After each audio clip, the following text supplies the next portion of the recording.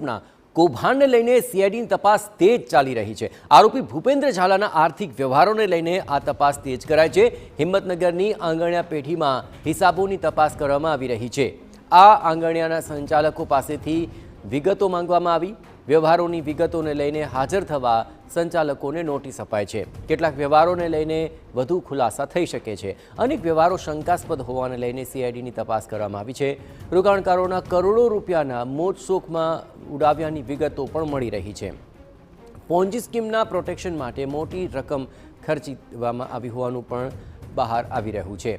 રોકડ અને ગિફ્ટ મેળવનારા લોકોમાં પણ ફફડાટ વ્યાપી ગયો છે।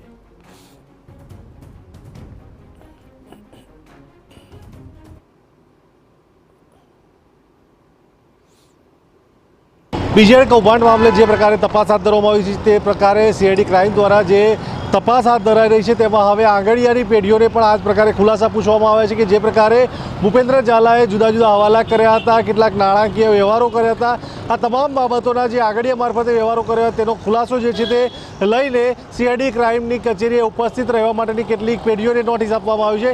જે પ્રકારે હિંમતનગર અને અમદાવાદની કેટલીક પેઢીને આ પ્રકારની નોટિસ આપી છે તે પ્રકારની વિગતો સામે આવી રહી છે।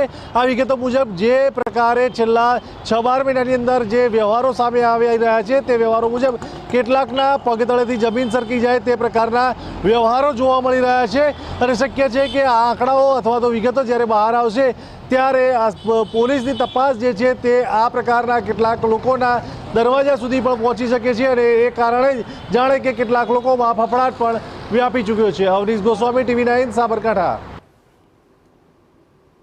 વલસાડથી સમાચાર।